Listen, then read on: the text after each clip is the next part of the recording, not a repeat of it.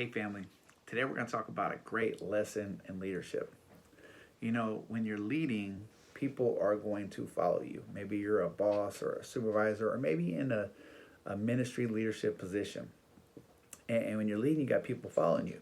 Now, the ultimate person who we would look at for leadership to be like it as an example was Jesus. Okay. Matter of fact, side note, great book called Lead Like Jesus. You should read it. And the reason we want to have integrity, we want to follow his righteousness, we want to be like him. And by doing so, the people who follow us, well, they'll be happy.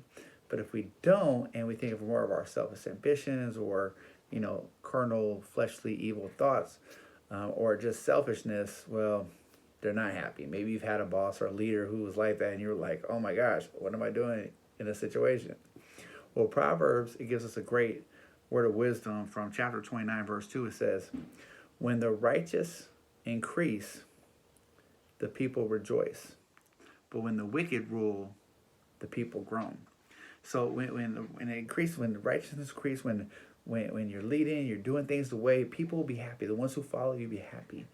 But when you don't, well, they're going to groan like, ugh. Every decision you make is going to be a hassle, and eventually they'll stop following you. Just a thing that I learned from John Maxwell is how you can test a person's leadership ability. It's if there's anybody following them. Because no matter how good of a leader you think you are, if you got nobody following you, well, you're not really leading. Who are you leading? And when people groan and they're miserable, eventually it's inevitable. They're going to leave. So practice.